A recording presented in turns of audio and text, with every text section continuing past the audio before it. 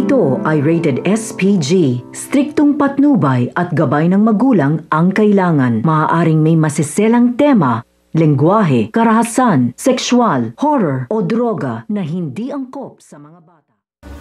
Natuklasan na nga nito ni Annalyn na isa nga niyang pasyente ang suspect dito nga sa pagpapasabog sa San Marcelino Hospital na marami nga ang nadamay. Kinausap nga niya ito na umiiyak dahil hindi nga niya inaasahan na mga gagawa nga niya ito sa maraming tao. At ngayon nga marami nga nagsawi ng buhay ng dahil sa kanya. Kausap naman na nga nito ni Giselle ang mga kapulisan. Sinabi nga nito na wala na nga raw ang suspect dito nga sa kanilang hospital at wala na rin niyang mga pasabog sa San Marcelino.